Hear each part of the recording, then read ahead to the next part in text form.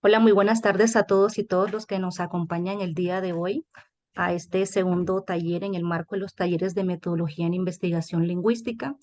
El día de hoy tenemos la gran fortuna de contar con la participación de la doctora Tania Jasso López del Laboratorio de Infantes de la Universidad Nacional Autónoma de México, que en el día de hoy nos va a presentar el trabajo titulado El lenguaje a través de los ojos, métodos de investigación en la primera infancia. Con su permiso, doctora, me permito leer una breve semblanza suya, aunque yo sé que por cuestiones de tiempo también de pronto se van a quedar muchos reconocimientos suyos por fuera. La doctora Tania Jasso López es doctora en psicología con enfoque en el análisis experimental del comportamiento. Colabora en el Laboratorio de Infantes de la UNAM desde el año 2008, en donde ha realizado investigación sobre adquisición de la lengua materna en español en general y sobre el aprendizaje de los primeros morfemas en particular. Como integrante del Laboratorio de Infantes, se dedica al diseño, aplicación y análisis de experimentos, de preferencia visual con bebés, dirige seminarios de investigación y brinda orientación metodológica y estadística a estudiantes de nivel licenciatura. Los resultados de sus estudios se han publicado en capítulos de libros y revistas científicas internacionales.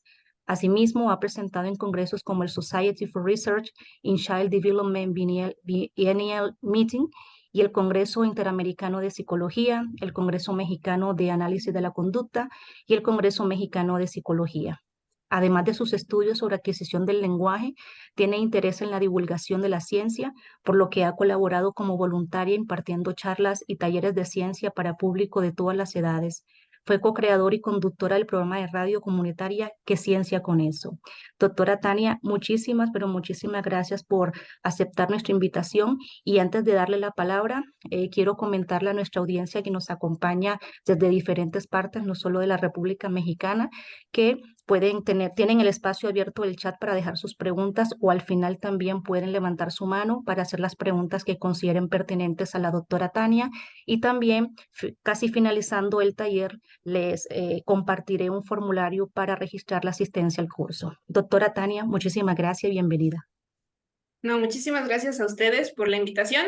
Espero que el tema del que voy a hablar pues les resulte interesante. Pues yo dije un taller de metodología, pues hablaré sobre los métodos que utilizamos en el laboratorio de infantes para estudiar el lenguaje pues con los bebés, ¿no? Que es nuestra muestra principal, bebitos desde los 12 meses, aunque pueden ser niños más pequeños, hasta los 30, 36, 42, 48 meses de edad más o menos, es la población con la que trabajamos en el laboratorio. Entonces voy a compartirles mi presentación.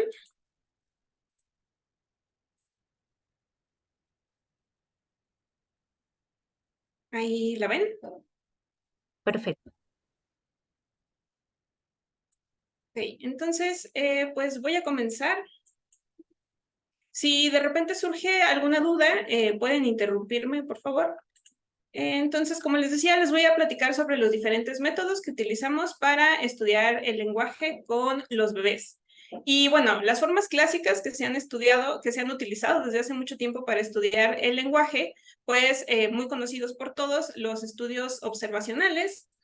También durante mucho tiempo se han utilizado los registros en diarios, en donde a los papás se les pide que vayan haciendo un registro de las conductas que observan en sus bebés, las palabras que empiezan a emitir, en qué momento las emiten. Estos son métodos que se han utilizado durante mucho tiempo. Incluso de forma reciente se siguen utilizando los diarios ahora en apps, ¿no? En aplicaciones en donde los papás van marcando el vocabulario que sus hijos van adquiriendo, ¿no? A lo largo del desarrollo.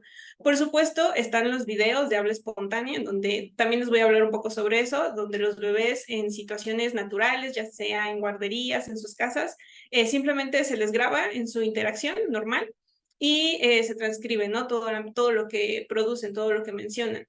Y los estudios de licitación, en donde no es como tal una interacción natural de los niños, sino pues es una tarea en donde se les hace una pregunta y se les pide una respuesta, ¿no? Como el estudio clásico de Berco o la versión en español de este mismo estudio de Pérez Pereira y Singer en 1984. ¿De qué métodos a grandes rasgos les voy a hablar? En el laboratorio, pues tenemos métodos para estudiar la percepción, la comprensión y la producción. Dentro del rango de la percepción, se puede utilizar un método que se conoce como el paradigma de succión. Otro método que aquí conocemos como el PAPA, que es simplemente de atención auditiva.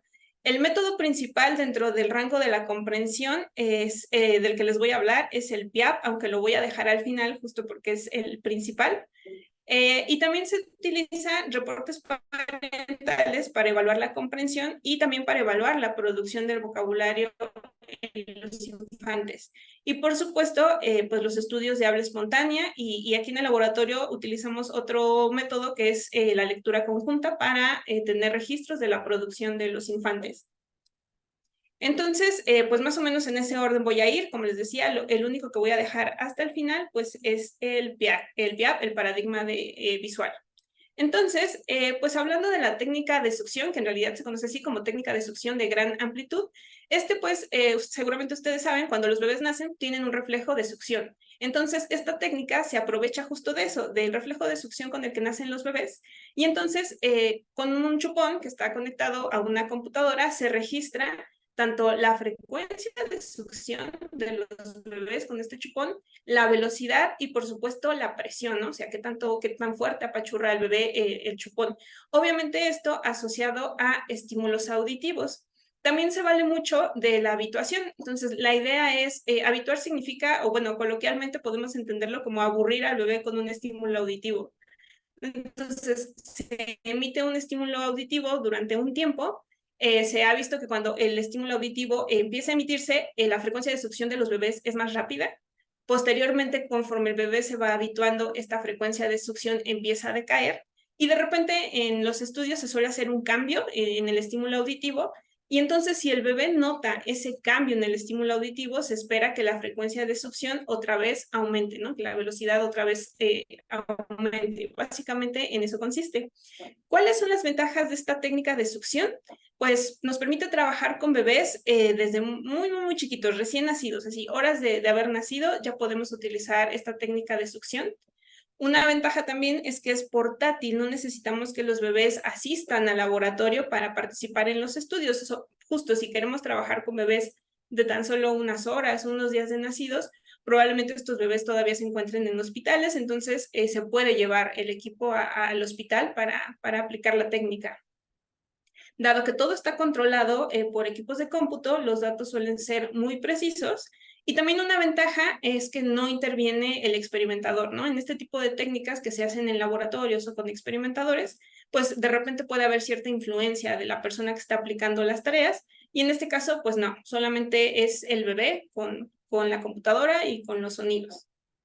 La principal desventaja que tiene esta técnica es que hay una gran muerte experimental, que eso nosotros lo entendemos como el perder muchos participantes, y es que con mucha frecuencia, pues a lo mejor los bebés se aburren y empiezan a llorar y entonces pues ya no están succionando el chupón, o también algo que ocurre con muchísima frecuencia es que se quedan dormidos y entonces ya no terminan de participar en el estudio. Entonces, pues si se desea aplicar esta técnica, utilizar esta técnica, pues hay que aplicarla en muchísimos niños para obtener datos en un porcentaje menor. ¿Cómo funciona? Pues al bebé se le coloca en una silla o puede ser en un cunero y frente a él pues se pone una pantalla con una imagen que tiene que ser llamativa para el bebé. Por supuesto, con bebés muy pequeñitos no esperamos que su visión sea perfecta, o sea, la idea de ponerles una imagen enfrente simplemente es para llamar su atención, ¿no? No para que detecte los detalles de la imagen. Abajo del monitor suele haber una bocina o también puede ser a los lados en donde se están emitiendo los estímulos auditivos. Y como les decía, cómo se van emitiendo estos estímulos auditivos, pues va a depender de la frecuencia de succión de los bebés. El experimentador no interviene en esta técnica, pero sí se estila que siempre utilice unos audífonos, justo para que, aunque está presente en la escena, no entiende nada de la tarea. O también si son los padres los que están en la escena, con estos audífonos se controla que no escuchen los estímulos auditivos que está escuchando el bebé, los sonidos, y entonces si ellos de repente quieren intervenir, no intervienen de forma intencional, ¿no? O sea, tratando de darle la respuesta al bebé porque no entiende nada al tener los audífonos. Como les decía, el chupón está conectado a una computadora y entonces lo que se registra pues son los cambios en el ritmo de succión de los bebés o en la fuerza con la que succionan. Por supuesto, con cada uno de los bebés, primero se tiene un registro, una línea base de cómo es la frecuencia natural, por así decirlo, de succión del bebé, y después se observa cómo cambia dependiendo del tipo de estímulos auditivos que se le presentan. La computadora es quien controla justo la emisión de estos estímulos, pero también, por supuesto, es el bebé con su ritmo de succión, ¿no? Si se utiliza la técnica de habituación, conforme el ritmo de succión decae, entonces en ese momento cambiará el estímulo auditivo. ¿Qué sabemos utilizando esta técnica?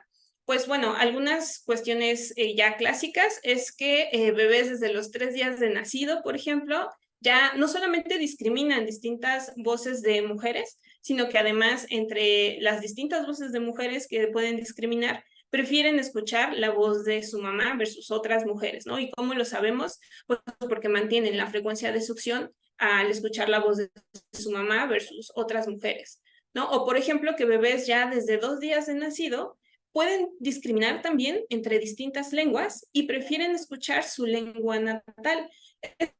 ¿Esto cómo lo hacen? Lo hacen con base en el ritmo de la lengua,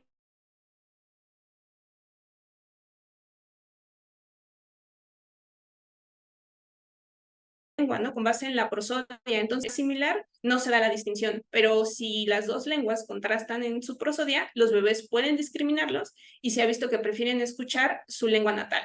O, por ejemplo, que al parecer la experiencia en el útero pues afecta la percepción de vocales en los bebés. ¿Cómo se sabe esto? Pues en estas tareas se les pedía a las mamás que emitieran algunas vocales o que leyeran algunas historias, y después cuando los bebés recién nacen, se les ponen, los estímulos auditivos que se les ponen son vocales de su lengua natal contra vocales que suenan muy diferentes porque son de otra lengua.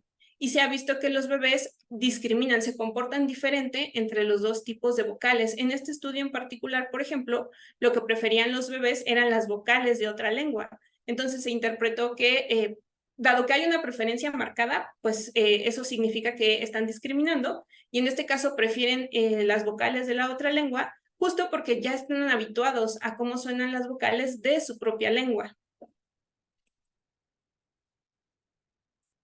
En cuanto a el siguiente método, que sería el PAPA, bueno, antes quisiera decirles que en el caso del paradigma de succión, en el laboratorio no tenemos datos con este paradigma, aunque contamos con el equipo. Justo, pues nadie se ha animado a hacer algún estudio con el paradigma de succión, sobre todo por la muerte experimental, porque hay muchos bebés que se pierden y es muy tardado correr un estudio con este método, aunque pues los datos que se obtienen son muy llamativos. Tengo una Doctora, pregunta. sí, Ajá. doctora, Josué tiene una pregunta por acá. Adelante, Sí, Josué. Sí, doctora, hola, buenas tardes. Mi buenas pregunta tardes. surge a partir de la deducción que decía bebés en 2 días prefieren escuchar en su lengua natal, y mencionaba la parte prosódica, ¿no? ¿Qué sucede, por ejemplo, en contextos en los que los bebés crecen en un contexto bilingüe y sucede que una de estas lenguas es tonal, ¿no? O sea, la prosodia, digamos, hay una diferencia, pues, evidente. Por ejemplo, un caso, un contexto bilingüe, una lengua indígena y el español. En este caso, por ejemplo, el niño preferiría, digamos, que se le hable o se emplee la lengua indígena al español, por ejemplo, o no sé si sabría al respecto algo en relación. Desconozco ese dato. Obviamente, si está en un ambiente en donde dos personas están utilizando las diferentes lenguas, él va a preferir la lengua que está utilizando su mamá, que es el estímulo que tiene más cercano, ¿no? Y el que escuchan la voz de su mamá, ¿no? Y la escuchan mejor que cualquier otro estímulo auditivo. Entonces, ahí sería lo que utilice su mamá, ¿no? Depende de la lengua que sea. Si es su misma mamá quien suele utilizar con frecuencia dos tipos de lenguas, la verdad desconozco el dato. Sí, no sé si hay información sobre la preferencia sobre una o sobre otra. Muchas gracias, doctor. No, gracias a ustedes. El siguiente método, como les comentaba, nosotros en español y en el laboratorio lo conocemos como el PAPA, que es un paradigma de atención preferencial auditiva, aunque en realidad en el mundo este paradigma se conoce como el paradigma de giro de cabeza.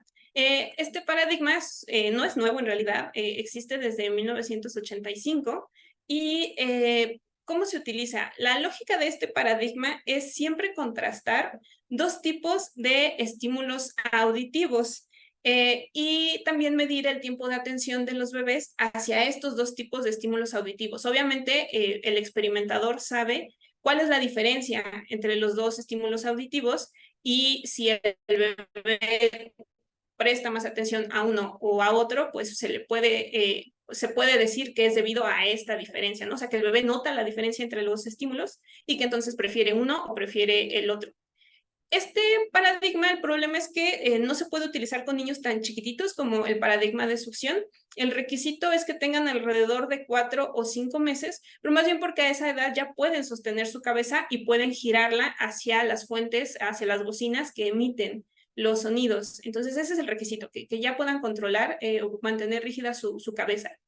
Y aunque no hay como tal un máximo para estudiar este paradigma, pues sí suele emplearse más o menos hasta los 12, 18 meses de edad, más bien porque ya no les son tan llamativas las tareas en este paradigma, ¿no? Si los estímulos auditivos que les ponemos son muy aburridos, pues los bebés dejan de poner atención o, por ejemplo, si son bebés que ya caminan, pues de repente ya se bajan de la sillita y ya no quieren participar en la tarea, ¿no? Entonces, máximo o la edad más grande en la que he visto estudios con este paradigma es por ahí de los 18 meses.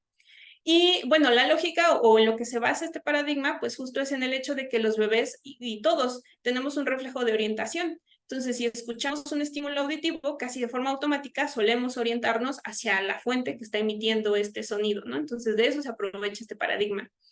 También algo bonito es que hay estudios en donde los bebés cachan que ellos son quienes están controlando el estímulo auditivo. O sea, por supuesto hay un experimentador que con un botón lo está controlando, pero los bebés notan que mientras ellos mantengan la atención en la fuente de sonido, girando su cabeza hacia ese lado, el estímulo se mantiene sonando. Cuando dejan de prestar atención hacia la fuente de sonido, deja de emitirse el listado de palabras, el sonido como tal.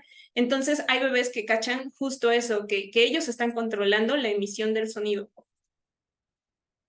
Este es un pequeño dibujo de cómo es la cabina que tenemos aquí en el laboratorio, nuestra cabina del Papa. Entonces, como ven, es un cubículo con 3 paredes. El bebé se sienta en las piernas de su mamá en el centro de la cabina y en la parte de enfrente va a haber una cámara que es dirigida hacia la cara del bebé y que por el otro lado, atrás de la cabina, un experimentador puede observar al bebé para ver qué está haciendo durante la tarea. Siempre hay un foco que sirve simplemente para llamar la atención del bebé. Y aquí no se ve, pero en el panel central también debe de haber una bocina para emitir estímulos auditivos. Luego, a los lados, pues se va a encontrar un foco de cada lado, una lámpara LED y una bocina por donde se escuchan los estímulos auditivos. Esta no es nuestra cabina, pero bueno, es una imagen que encontré de cómo es una cabina de Papa en algún otro laboratorio del mundo. Y este sería un video más o menos de un bebé en acción en la cabina del Papa. Perdón, se ve un poco oscuro, pero bueno, aquí el experimentador está registrando el tiempo de atención del bebé en el momento en que se está dando. Entonces, el monitor que tenemos permite que este video se vea un poquito más claro. Aquí se ve un poquito oscuro. Pero bueno, la lógica es más o menos así. Primero se enciende el foco del panel central. Y una vez que el bebé ya prestó atención a este foco del panel central, entonces aleatoriamente se enciende una de las luces ya sea de la derecha o de la izquierda. Imaginemos, por ejemplo, que es la luz de la derecha.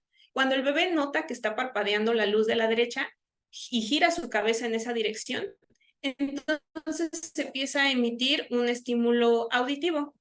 Mientras el bebé mantenga su cabeza girada en esa dirección, el estímulo auditivo va a seguir manteniéndose. Cuando el bebé deja de prestar atención, entonces nuevamente se enciende la luz central, ya que el bebé está otra vez en posición neutral, que es la luz central. Otra vez de forma aleatoria se va a encender una de las luces laterales. Cuando el bebé gira su cabeza en esa dirección, entonces empieza a emitirse otra vez un estímulo auditivo. ¿Cómo sabemos que el bebé deja de prestar atención o cómo interpretamos nosotros que el bebé deja de prestar atención? Simplemente porque su cabeza ya no gira hacia la dirección donde se está emitiendo la luz. Y el requisito es que cuando gira, si vemos de centro el panel central, si la cabeza ya no gira al menos 30 grados en dirección de donde está parpadeando la luz, y eso se mantiene por más de 2 segundos, entonces significa que ya, que el bebé dejó de prestar atención hacia ese sonido. Y entonces, ¿qué se ha estudiado con este paradigma? Pues tal vez la habilidad más famosa que se ha estudiado con el paradigma de giro de cabeza o con el PAPA, como lo conocemos nosotros, es la segmentación léxica. Que bueno, si yo, por ejemplo, les dijera, que tal vez ya lo vieron, la frase mi voz que madura o mi voz que madura, ¿qué palabras perciben en esta frase? Pues hay distintas posibilidades, ¿no? Tal vez algunos entienden mi voz que madura, tal vez otros entienden mi voz que madura, otros mi voz que madura, otros mi voz que madura. Y ustedes ya son expertos en su lengua, pero entonces para bebés tan pequeñitos de menos de 1 año de edad, esta tarea es súper difícil. Dentro de las oraciones en donde no son tan claras las pausas, poder segmentar las palabras es toda una hazaña. Y con este paradigma, con el paradigma de giro de cabeza, pues se ha encontrado que los bebés pueden distinguir las palabras dentro de las oraciones y que además lo pueden hacer desde edades muy pequeñitas. Se ha visto que al principio segmentan oraciones largas, después dentro de la oración pueden segmentar no todavía palabras individuales, pero sí pueden segmentar combinaciones de palabras que suelen ir acompañados con regularidad, ¿no? A lo mejor es muy probable que cada que un bebé escucha la palabra pelota, antes esté la palabra la o tal vez una, ¿no? O también si escucha el niño, pues antes esté un él o un, ¿no? Entonces, con esa regularidad empiezan a segmentar pequeños fragmentos dentro de las oraciones y en algún momento ya pueden encontrar cada una de las palabras que están en una oración. Y eso de empezar a segmentar palabras con el paradigma de giro de cabeza se ha encontrado que pueden hacerlo entre los 6 y los 7 meses de edad, ¿no? Ellos solitos. Y pues se ha visto que este proceso es súper importante para después tener un adecuado desarrollo lingüístico. Se ha visto que aquellos niños que tienen mejores habilidades de segmentación a los 6, 7 meses de edad, posteriormente, cuando se evalúa su vocabulario alrededor de los 2 años, suelen tener vocabularios más amplios, por ejemplo, ¿no? Entonces sí es súper importante la segmentación léxica. ¿Qué claves o qué señales les ayudan a los niños a segmentar? Porque en realidad no es que nosotros como tal les demos las palabras de forma aislada, ellos solitos casi lo van haciendo. ¿Cómo lo hacen? Pues lo hacen utilizando más o menos el orden de los fonemas y cómo están conformadas las sílabas en las oraciones, en las palabras, y la probabilidad de que puedan ocupar cierta posición en la palabra. O sea, pueden saber si ciertas sílabas son más frecuentes al inicio de las palabras, al final de las palabras o en las partes centrales de la palabra. Es decir, los bebés saben estadística. Eso fue muy sorprendente, este hallazgo en la segmentación léxica. Uno pensaría que es muy malo en matemáticas, pero desde bebés somos buenísimos encontrando regularidades y encontrando probabilidades. Y estas son las habilidades que utilizan los niños para poder segmentar. En el estudio clásico de segmentación léxica, que fue llevado a cabo por Safran y colaboradores en 1996, lo que hacían es familiarizar a los niños con una serie de sílabas así pegaditas como están aquí. Durante cierto tiempo los bebés escuchaban todas estas sílabas de forma continua en un tono neutral y posteriormente con el PAPA les contrastaban 2 tipos de listados, algunos que tenían lo que ellos llamaban como palabras y otros que tenían pseudopalabras, es decir, palabras que no eran válidas en esta conformación de sílabas. Y los bebés preferían, pues, las palabras. En este caso, Vidaku sería la palabra. ¿Por qué? Porque siempre dentro de esta combinación de sílabas, siempre después de la sílaba vi, sigue la sílaba da y la sílaba ku. Y los bebés captaban eso, que era frecuente esta combinación de sílabas en ese orden. Y entonces, por lo tanto, se preferían esta combinación de sílabas en contraste con esta otra combinación, porque no necesariamente siempre de la sílaba Q aparecía la sílaba pa o la sílaba do. Entonces notaban esa regularidad y por lo tanto la preferían. Llevando este ejemplo tal vez al español, como les decía, pues los bebés tal vez pueden notar que después de escuchar la palabra la, a lo mejor en las emisiones que escuchan todos los días, no siempre viene la sílaba P, pueden venir un montón de sílabas, ¿no? Pueden escuchar la pelota, la casa, la cama, la andadera, no sé, etcétera, ¿no? Entonces son un montón de sílabas diferentes. Entonces, por lo tanto, un bebé podría preferir más esta palabra, pelo, que esta otra palabra, lape, porque tal vez cachan que después de la palabra la, enseguida pueden venir distintas sílabas, sílabas muy diferentes, es decir, que esta combinación no es tan regular. También otras claves que pueden servirles a los niños son cómo se pronuncian las palabras. Esta clave, sobre todo, es muy clara en el inglés, dado que la primera sílaba de las palabras suele ser siempre la que está acentuada. Esa es una pista muy importante para ellos que les indica justo dónde empieza una nueva palabra y por lo tanto les facilita la segmentación léxica. Pero además, la segmentación no solamente se queda a nivel de la palabra. En algunas lenguas, como también ocurre en el español, también es importante la segmentación subléxica, es decir, los bebés deben de notar que dentro de las palabras hay otras unidades que también son importantes y que se podrían ir cambiando, ¿no? En las palabras, como son los morfemas.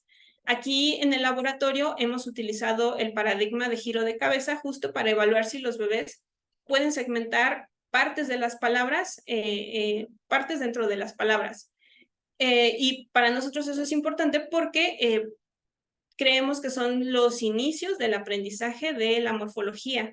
Entonces, ¿cómo los bebés podrían detectar los morfemas dentro de las palabras? Esta habilidad la estudiamos con bebés de 12 meses de edad.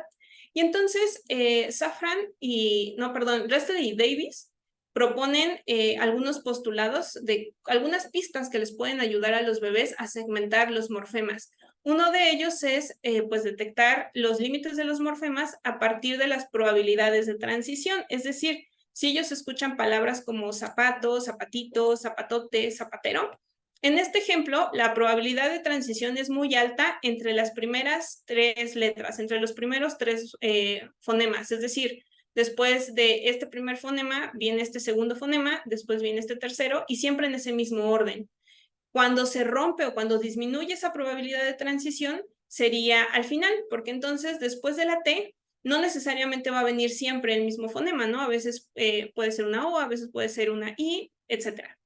Ese momento de la palabra en donde decae la probabilidad de transición, de acuerdo con estas autoras, pues es una pista que les permite segmentar el morfema. Otra de las pistas puede ser una combinación altamente frecuente entre, por una parte, los fonemas que conforman al morfema, que por lo general son regulares, no hay muchos alomorfos, y el contraste con muchas raíces familiares. Es decir, si los bebés escuchan palabras como carrote, osote o arbolote, pues la regularidad en estas palabras, por supuesto, está en la terminación ote. Entonces, por una parte, eso, que la combinación de fonemas del morfema sea constante, y por otra parte, que esa combinación constante se contraste con diferentes raíces, pues también va a ser una pista importante para que los bebés puedan segmentar los morfemas. Y aquí en el laboratorio, como les comentaba, llevamos a cabo un estudio justo para evaluar si los bebés podrían distinguir que algunas palabras pueden tener cierta regularidad en la posición final y poder encontrar esa regularidad en la posición final. Creemos nosotros que es uno de los pasos fundamentales para después aprender los morfemas. Y entonces, en la tarea que nosotros llevamos a cabo con el PAPA, lo que hicimos fue contrastar 2 tipos de listados, porque les decía que en este paradigma siempre lo importante es contrastar 2 tipos de estímulos auditivos. En nuestro caso, les contrastábamos a lo que nosotros llamamos un listado control, que eran palabras inventadas, pseudopalabras, cuya única regularidad era su acentuación. Estaban acentuadas en la primera sílaba, pero si ven, su combinación de sílabas siempre era diferente. Por otra parte, el listado que nosotros nombramos listado experimental también tenía un patrón de acentuación regular. La primera sílaba siempre, bueno, no siempre, cambiaba, era diferente, pero la regularidad aquí estaba en la posición final, ¿no? Entonces teníamos listados que siempre terminaban con la sílaba sa, otros que terminaban con la sílaba do y otros que terminaban con la sílaba bi. Por supuesto, de forma aleatoria, los bebés en la cabina de giro de cabeza o del PAPA escuchaban a veces el listado experimental o el listado control. ¿no? Y nosotros como experimentadores íbamos marcando el tiempo de atención hacia cada uno de los listados. Y lo que encontramos es que efectivamente los bebés notan que los listados son diferentes y además prefieren escuchar el listado experimental, es decir, el listado que tiene regularidad en la sílaba final, ¿no? Entonces, en esta gráfica lo que se ve justo son los tiempos de atención hacia ambos tipos de listados. Y como ven, es mayor el tiempo de atención hacia el listado experimental. Es decir, los bebés sí prefieren listados de palabras que tienen una sílaba regular en la posición final. Luego, en un segundo estudio, queríamos ver si, además de notar esta regularidad en la posición final, preferían después encontrar esta sílaba regular en distintas posiciones dentro de la palabra. ¿Esto por qué? Aunque se sabe que los primeros morfemas que aprenden los bebés son los que se encuentran en posiciones finales, porque es una posición saliente, en realidad en el español pues no solamente vamos a encontrar morfemas en esta posición, podemos encontrarlas en otras posiciones dentro de la palabra. Entonces queríamos ver si nuestros bebés hispanohablantes podrían encontrar las sílabas regulares en distintas posiciones. Y aquí lo que hicimos fue primero un ensayo de familiarización, que era muy largo, duraba 120 segundos, en donde, como ven, los bebés escuchaban palabras con 3 sílabas, en donde la acentuación siempre estaba en la segunda sílaba, es decir, eran palabras graves, y nuevamente, de forma similar al estudio anterior, la última sílaba era regular. Entonces teníamos 10 palabras inventadas que terminaban en T, 10 palabras inventadas que terminaban en da y 10 palabras inventadas que terminaban en so, ¿no? Y este listado se repetía, como les decía, durante 120 segundos.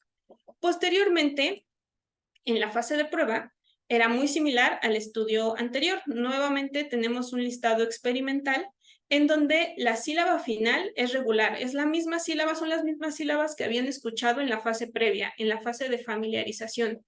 La única diferencia es que ahora en el listado control también tiene esas sílabas regulares, solamente que en diferentes posiciones. Es decir, aquí por ejemplo tenemos la sílaba T al inicio, aquí la tenemos en la posición de en medio, la sílaba SO en la posición de en medio, etc. Y además el resto de sílabas son las mismas sílabas que se habían ocupado en la fase de familiarización. Entonces, esta tarea era un poquito más difícil porque la sílaba regular la encontraban en ambos listados.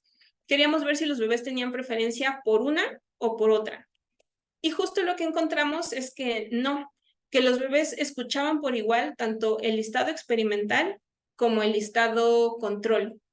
¿Qué es lo que creemos nosotros que sucedió en este estudio? Pues dado que en el primer experimento tenemos evidencia de que los bebés sí notan la regularidad en la sílaba final, aquí inferimos que los bebés en la fase de familiarización pues sí notaron esa regularidad en la sílaba final, ¿no? O sea, que había palabras que terminaban en T, que había palabras que terminaban en SO, etc. Y más bien, en la fase de prueba, estos resultados no son concluyentes, pero creemos que entonces lo que sucedió es que en la fase de prueba, pues lo que hacen es detectar que la sílaba regular existe en ambos listados y que no pueden como tal, no tienen una preferencia como tal en una u otra posición de la sílaba regular entre ambos listados.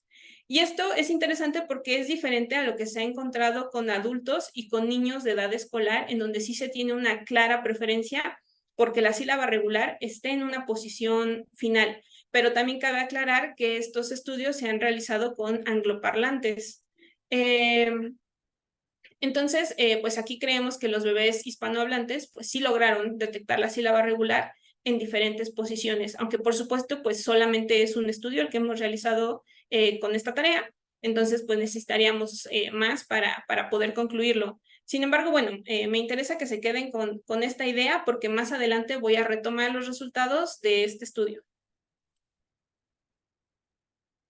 El siguiente método del que les voy a hablar, que también es muy popular, son los reportes parentales, que como les decía, se pueden utilizar para evaluar la comprensión de los infantes, pero también para evaluar la producción de los infantes. Y entonces, estos reportes parentales son principalmente listados de palabras que los papás van llenando como listados en donde van palomeando la información que se les solicita, que principalmente es en torno al vocabulario de sus bebés. Una ventaja, o en su momento, algo, a lo mejor ahora nos parece muy obvio, pero en su momento, una ventaja de estos formatos es que ya estaban predeterminados. Es que antiguamente se les pedía a los papás que recordaran las palabras que sus bebés conocían. Y eso pues puede ser muy tardadísimo y puede estar así súper sesgado. ¿Qué palabras reconoce mi hijo? A los papás obviamente fácilmente se les puede olvidar. Entonces, que este listado ya esté dado facilita muchísimo la tarea para los papás. Ellos simplemente tienen que leer el listado e ir marcando si su bebé ya comprende o ya dice esa palabra. Dentro de los reportes parentales, el más famoso es el Inventario de Desarrollo de Habilidades Comunicativas MacArthur, que todos lo conocemos como CDI. Y como les decía, es el más utilizado en el mundo. Se creó desde el año 1993 y permite evaluar tanto la comprensión como la producción de los niños desde los 8 meses hasta los 30 meses de edad, pero además vienen otras preguntas relacionadas con la producción de gestos en niños pequeños o, por ejemplo, ya con la formación de algunas oraciones en niños más grandes o con el uso, por ejemplo, de algunas conjugaciones verbales también en niños más grandes. Nada más se los pongo como ejemplo, son las portadas de la versión en español de estos CDIs, que en español quien la desarrolló fue la doctora Donna Jackson en el año 2003. Y como tal es un ejemplo del instrumento. En particular hay dos versiones del CDI para niños más pequeños y para niños más grandes. Esta es la versión para niños más grandes. Como ven, pues tal cual, el papá o la mamá o el cuidador principal va leyendo la palabra y simplemente marca, en este caso, si su bebé la puede decir, si ya la produce. El CDI 2 evalúa producción. Entonces, como les decía, hay dos versiones del CDI. La primera versión se conoce como gestos y palabras en español. Se puede utilizar con bebés desde los 8 meses y hasta los 18 meses de edad. Está conformada por 396 palabras divididas en diferentes categorías como animales, objetos del hogar, no sé, verbos, adjetivos, etc. En el caso de la versión 2, se puede aplicar con bebés desde los 16 meses y hasta los 30 meses de edad. Tiene más palabras, tiene 680 y como les decía, en el caso de la versión 2 solamente se evalúa la producción. La versión 1 evalúa la comprensión también, las palabras que el bebé, aunque todavía no diga, únicamente comprende. También hay otras preguntas relacionadas, como les decía también, con la gramática y con la forma en que usan las palabras los niños en relación a conjugaciones. ¿Por qué nos gusta emplear los reportes parentales? Porque además, independientemente del lugar en donde se hagan las investigaciones, ya sea que utilizan paradigmas como los que les estoy presentando o que utilizan videograbaciones, etcétera, casi siempre se utiliza como un recurso adicional el utilizar un reporte parental. ¿Por qué se utilizan? Bueno, por una parte, porque las conductas de los niños si vienen al laboratorio pueden estar restringidas, ¿no? En un ambiente en donde no se sienten en confianza. En cambio, pues los papás ven a los niños en diferentes contextos y por supuesto, pues sus conductas lingüísticas van a ser mejores en los ambientes familiares. Entonces, un papá puede dominar mejor el tipo de conductas lingüísticas que tiene su bebé. Como les decía, no solamente los ven en el hogar, sino los pueden ver en distintos contextos, ¿no? Y ver las diferentes palabras o el diferente uso que hacen de estas palabras en distintos lugares más allá de su hogar. También nos sirven muchísimo porque permite que, bueno, los papás suelen ser confiables cuando se sabe que están involucrados en el desarrollo de su bebé, ¿no? Entonces las respuestas que suelen dar son mucho más confiables. Habría que ver ahora recientemente qué pasa, por ejemplo, con los casos de papás en donde pues ya no están tanto tiempo en sus hogares, ¿no? En donde ya es más común que tanto mamá como papá trabajen, qué tanto se ve perjudicado el llenado de estos reportes parentales, pero bueno, hasta el momento se siguen considerando confiables para los papás. Y bueno, otra de las ventajas que no tanto para el laboratorio, sino para los papás en sí, es que les permite involucrarse más en el desarrollo de sus hijos y tomar conciencia de las conductas lingüísticas de sus bebés.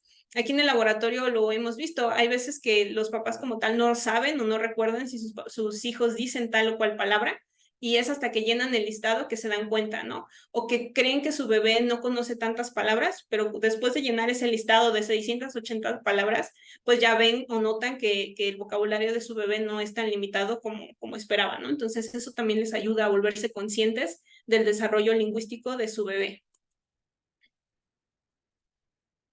Y bueno, también les decía que los papás suelen ser confiables y es que en realidad el tipo de conductas que se evalúan en este instrumento son muy sencillas, entonces los papás pueden reconocerlas fácilmente. También, por supuesto, otra de las grandes ventajas que tienen los reportes parentales es que es un método de estudio muy económico, no se necesita mucho tiempo para aplicarlo y, por supuesto, no se necesita una gran inversión para poder utilizarlo. También, dado que el listado ya está establecido, pues se evita, como les decía, que los papás hagan inferencias o que tengan que recordar cuál es el vocabulario de sus hijos. Aquí simplemente tienen que leer y marcar lo que conocen o lo que saben de sus hijos. También una ventaja es que, dado que es económico en tiempo y en dinero, pues se puede aplicar muchísimas veces con los bebés en distintas edades, entonces permite hacer comparaciones longitudinales de los bebés. También con estos instrumentos se puede obtener información acerca de en qué orden se van adquiriendo ciertas palabras y más o menos en qué momento, con qué velocidad los infantes van aprendiendo las palabras. Y un dato curioso es que, por ejemplo, se sabe que ciertas categorías, por ejemplo, personas y animales, suelen aprenderse casi siempre al inicio del desarrollo en distintas lenguas, ¿no? En el mismo orden, en distintas lenguas. También, como les decía, independientemente del tipo de estudio que se vaya a utilizar, siempre son utilizados o con mucha frecuencia son utilizados de forma complementaria en distintas investigaciones, simplemente para tener, además de un registro de una habilidad particular en los bebés, tener como forma secundaria un registro del tamaño del vocabulario que tiene el bebé. Y también nos sirve mucho en el caso de las tareas experimentales para poder elegir algunos estímulos en los experimentos. Y algo súper importante es que estos reportes, el CDI en particular, ha servido también para poder detectar en edades muy tempranas algunos trastornos del desarrollo, ¿no? En particular el trastorno del desarrollo del lenguaje. No hay muchos instrumentos, prácticamente yo diría que no hay instrumentos que evalúen a los bebés en edades tan pequeñitas. Y en cambio el CDI pues nos permite hacerlo desde edades muy pequeñas y se ha visto que aquellos bebés que en las normas están alrededor del percentil 10 o hacia abajo, tienen muchas probabilidades de, cuando son más grandes, desarrollar un trastorno de desarrollo del lenguaje. Por supuesto, no todos los niños lo van a desarrollar, pero un buen porcentaje, alrededor del 40%, sí lo hace. Y aunque no podemos tener un diagnóstico definitivo en edades tan tempranas, ya esta es una primera evidencia que nos permite darle seguimiento a los bebés y pues saber que algo mal, ¿no? Algo raro, perdón, está pasando en el desarrollo del lenguaje de ese bebé. ¿Cuáles serían las desventajas de los reportes parentales? Es que no los podemos utilizar con niños muy grandes. Después de los 30 meses, las habilidades de los bebés ya se vuelven más complejas y entonces el CDI se vuelve menos confiable, pero no por el instrumento en sí, sino más bien porque ya los papás no son tan buenos reportando las conductas de los bebés, justo porque ya conocen muchísimas palabras, pues ya se les olvida con mayor facilidad cuáles son todas las palabras que el bebé conoce y las que ya puede decir. Y entonces ya no es tan confiable. Se ha visto que después de los 30 meses hay un efecto techo también, es decir, pues prácticamente todas las palabras que tiene el instrumento las conocen los bebés. También otra de las desventajas es que puede haber ciertos problemas en el llenado del instrumento dependiendo del nivel socioeconómico de los papás que llenan. Es decir, se ha visto que papás con un nivel socioeconómico bajo, bueno, mamás con un nivel socioeconómico bajo, porque este estudio fue en particular con mamás, por ejemplo, suelen sobreestimar el lenguaje de los bebés.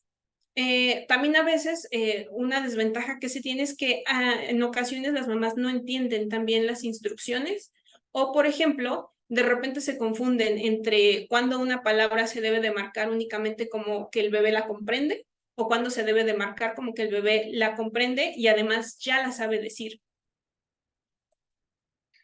Pero como les decía, pues a pesar de esto, el CDI es el instrumento más utilizado, se ha utilizado en un montón de lenguas y además ahora también ya hay adaptaciones para poblaciones con discapacidad, ¿no? Por ejemplo, hay una versión en particular del CDI para población con síndrome de Down, que la diferencia que tiene es que además de tener la columna de comprende y dice, tiene una columna para marcar si el bebé, si el niño utiliza gestos para referirse a esa palabra en particular.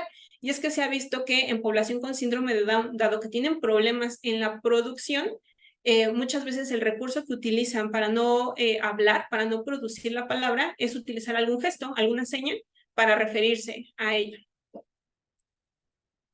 También algo súper interesante, como les decía, dado que se utiliza en muchos lugares del mundo, es que existe ya esta página en donde se recopilan datos de CDIs aplicados en muchos países con muchas lenguas, y entonces ya se puede utilizar para consultarla y ver más o menos pues cómo es la trayectoria de aprendizaje de ciertas palabras en particular. Se pueden sacar normas de vocabulario, se pueden sacar, por ejemplo, trayectorias de una palabra en particular, por ejemplo, en qué momento los niños dicen la palabra perro en español, en qué momento la dicen en inglés, en qué momento la dicen en francés, etc. Entonces, ya existe esta iniciativa de juntar los datos de los CDIs de muchas partes del mundo y poder contrastar, ¿no?, cómo es el desarrollo del lenguaje en distintas partes.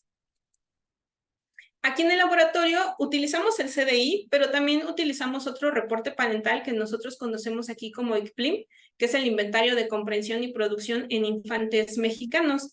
Utilizamos este ICPLIM porque el problema que nosotros vemos que tiene el CDI es que, como les decía, con niños más grandes ya no pregunta por la comprensión del vocabulario, simplemente pregunta por la producción.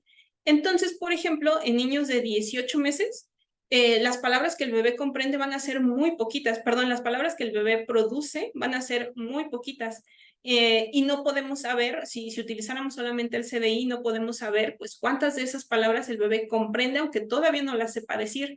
Entonces, por eso, a la par del CDI, utilizamos otro instrumento que sí sigue evaluando tanto la comprensión como la producción. Y estos son algunos de los datos que hemos obtenido con la aplicación del ICPLIM, ¿no? Y entonces, perdón, aquí no dice, pero estos son datos de bebés de 12 meses, 18 meses, 24 meses y 30 meses, ¿no? Entonces, tal cual como se espera, aquí se puede observar la curva de desarrollo en el vocabulario de los bebés.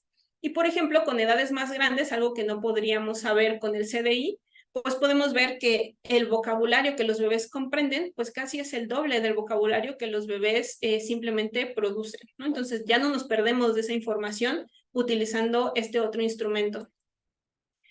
O, por ejemplo, en este debate típico de si hablan más las niñas que los niños, bueno, con los datos que tenemos del ICPLIM hemos encontrado que en cuanto a producción, sí suelen hablar más las niñas que los niños, por lo menos de las 4 edades que nosotros teníamos en este estudio, en 3 de forma significativa sí hablaban más las niñas que los niños, pero en el caso de la comprensión no hay diferencia, es decir, sí producen más las niñas, pero al comprender están más o menos parejos, ¿no?, entre ambos. O, por ejemplo, también utilizando el ICPLIM, hemos encontrado ciertas correlaciones con algunas otras características del ambiente donde se desenvuelve el niño. Por ejemplo, hemos encontrado que los niños que asisten a guardería y que además asisten más horas son los que suelen tener mayor vocabulario, tanto en comprensión como en producción. También hemos encontrado que la edad de la mamá correlaciona con el vocabulario de los niños en cuanto a comprensión y producción. Si la mamá es mayor, sus bebés suelen hablar más. También en producción hemos encontrado que los años de estudio de la mamá correlacionan con el vocabulario de su bebé, y la edad del papá también interfiere, pero únicamente en comprensión, ¿no? Entonces, solo es a modo de ejemplo algunos datos que hemos encontrado con reportes parentales y en particular con el ICPLIM. Otro de los métodos de producción que abordaré ya nada más de forma muy rápida es habla espontánea, como les decía, y la lectura conjunta, ¿no? Que aquí tal cual es un registro muy detallado, muy extenso de las emisiones de los bebés en relación con el lenguaje, las que producen en su hogar o en otros contextos, pero también se puede obtener información no solo, por ejemplo, de la entonación que utilizaban, de en qué momento utilizan pausas, los errores que cometen, por supuesto, eso también nos da información sobre el desarrollo. Y aquí pues se pueden hacer visitas semanales, cada 2 semanas o cada mes, ¿no?, para tener un registro de la conducta de los bebés. Los beneficios es que aquí se puede obtener un montón de información súper detallada, ¿no?, que de repente perdemos en los otros paradigmas. Al videograbar, pues se evitan los errores del observador porque pues queda el registro de lo que sucedió en la situación, en el contexto. Y pues también podemos observar el lenguaje justo en el contexto en el que suele darse, ¿no? Que es un poco la crítica que a veces se da a los estudios en laboratorio, ¿no? Que sacamos a los bebés de su contexto natural. Las desventajas de este tipo de métodos, pues por supuesto es que tanto recolectar, transcribir y analizar los datos, pues lleva muchísimo tiempo y se requiere de muchísimo trabajo. Entonces, es un método muy costoso. De hecho, se estima más o menos que en una de estas tareas, pues simplemente la transcripción de 1 hora de grabación puede llevar hasta 20 horas de trabajo, ¿no? Entonces, sí se necesita un ejército de colaboradores en la investigación para poder llevar a cabo este tipo de registros. Y bueno, como les decía, no solamente se evalúa las emisiones de los niños, sino también podemos saber un poco acerca del contexto y los detalles del contexto en donde se llevó a cabo la emisión, las personas con las que interactúa el niño, los objetos con los que suele interactuar, los acontecimientos en particular que se estaban llevando a cabo en el momento que el niño llevó a cabo una emisión, hacia dónde miraba, por ejemplo, o señalaba el niño mientras hablaba, que eso también es súper importante. Hay estudios que correlacionan el gesto de señalar con el vocabulario de los niños. Y por supuesto, cómo reaccionan las demás personas a las emisiones de los niños, ¿no? Entonces hay un montón de detalles que se pueden obtener en este tipo de técnicas. ¿Qué sabemos gracias a pues estos estudios de habla espontánea? Pues por supuesto sabemos que más o menos entre los 12 y los 17 meses de edad, pues los bebés empiezan a producir palabras de forma aislada, que ya es un poco más grande entre los 18 y 24 meses de edad, que entonces van a empezar a combinar palabras, a combinar elementos. Pero algo súper importante, una de los hitos en el lenguaje que se encontró gracias a este método, pues es la famosa explosión de vocabulario. Y es que se ha visto que al principio los bebés aprenden palabras poco a poquito, su aprendizaje es muy lento, o al menos en producción eso se ha visto, la producción de palabras es muy lenta, y de repente, pasados alrededor de los 22, 23, 24 meses de edad, porque además hay varias diferencias individuales, se da el boom del vocabulario y entonces el aprendizaje de palabras incrementa de forma rapidísima. En infantes hispanohablantes, también con habla espontánea, hemos encontrado explosión de vocabulario, pero la hemos encontrado más tarde en el desarrollo, la hemos encontrado por ahí de los 27 meses de edad. Por supuesto, uno de los corpus más famosos de habla espontánea es el CHILDS, en donde personas de diferentes partes del mundo pues contribuyen, ¿no? a este corpus, a dar registros del tipo de habla de los bebés. Y otra ventaja que tiene el CHILDS es que constantemente se está actualizando con los registros que van subiendo los investigadores, ¿no? Y siempre tiene nuevo material. Aquí en el laboratorio de infantes también tenemos nuestra base de habla espontánea. Es una base que está conformada por las emisiones de 164 infantes entre los 11 y los 63 meses de edad. A muchos de estos bebés se les dio seguimiento de forma longitudinal. No todos tienen registros desde los 11 a los 63, pero sí hay una buena cantidad que participaron, ¿no? en todos los registros. Y eran sesiones de 30 minutos. Con los bebés más pequeños, de 11 a 25 meses de edad, el registro era cada semana. Entre los 26 y 36 meses era cada 2 semanas. Y a los 37 meses de edad y en adelante era un registro cada mes, sesiones de 30 minutos en las guarderías a las que asistían los bebés. Y en total, el corpus que nosotros tenemos de habla espontánea está conformada por 7,189 palabras diferentes, lo que se conoce como types, y bueno, más de 100,000 palabras repetidas, lo que se conoce como tokens, ¿no? Entonces también nos permite hacer estudios de la producción del lenguaje de los bebés. Y además, pues nos permite hacer búsquedas más precisas, es decir, podemos saber las oraciones que utilizan los niños, pero también podemos conocer o obtener información sobre las categorías gramaticales de los niños, o por ejemplo, sobre fonemas o sílabas en particular que tienen las palabras que utilizan los niños, ¿no? Por ejemplo, este corpus en algún momento lo utilizamos para estudiar la emisión de algunos morfemas en los bebés, ¿no? Y entonces le puedes poner que al final quieres ver, no sé, por ejemplo, cuántas palabras terminan en hito para ver qué tanto utilizan los bebés este morfema, etcétera. Y también puedes pedirle información sobre o restringir la información dependiendo de si el bebé asiste a guardería, si no asiste a guardería, la edad de la mamá, etcétera, ¿no? Entonces nos permite hacer diferentes búsquedas. Recientemente justo salió una publicación del laboratorio con este corpus. Obviamente pues no se pueden hacer esas búsquedas tan detalladas en la publicación, pero sí tiene el contenido de todas las palabras que utilizaban los niños y pues cuándo las emitían, la frecuencia de emisión en las diferentes edades, desde los 11 hasta los 63 meses de edad. Otra técnica que también se utiliza para la producción es la lectura conjunta. Ay, no sé si escuchan. En esta tarea se le pide a la mamá o al cuidador del bebé que le cuente una historia a su bebé y después que le pida a su bebé que cuente él también la historia y entonces se transcribe toda la interacción en esta tarea para también tener una muestra del vocabulario de los niños. Con esto, dado que también está la mamá en la escena o el cuidador, podemos saber si el vocabulario de los niños se relaciona con el vocabulario de los papás, etcétera. También hemos utilizado esta tarea, por ejemplo, para evaluar gestos y ver si esto está relacionado con el vocabulario de los niños. Y finalmente, pues ya casi para terminar, el método principal que utilizamos es el PIAP, que PIAP significa Paradigma Intermodal de Atención Preferencial. Este método lo creó Roberta Golinkoff en 1987 y se basó en otro método que ya existía, simplemente de atención visual. Lo que sucedía es que a nadie se le había ocurrido combinar la atención visual de los bebés, que era un método ya utilizado, con la producción lingüística, con estímulos auditivos relacionados con el lenguaje y ver si estos estímulos tenían un efecto en la atención de los bebés. Entonces, esto pues se le ocurrió a Golinkoff en 1987 y fue el boom, ¿no? Fue como un parteaguas en la investigación sobre adquisición del lenguaje en bebés. Entonces, la creación del PIAP pues trajo una bocanada de aire fresco para las investigaciones en adquisición con los bebés. Entonces, pues ha permitido estudiar diferentes cosas relacionadas con la comprensión del vocabulario, con el aprendizaje de palabras, con la categorización de los niños. Ya ahorita lo veremos.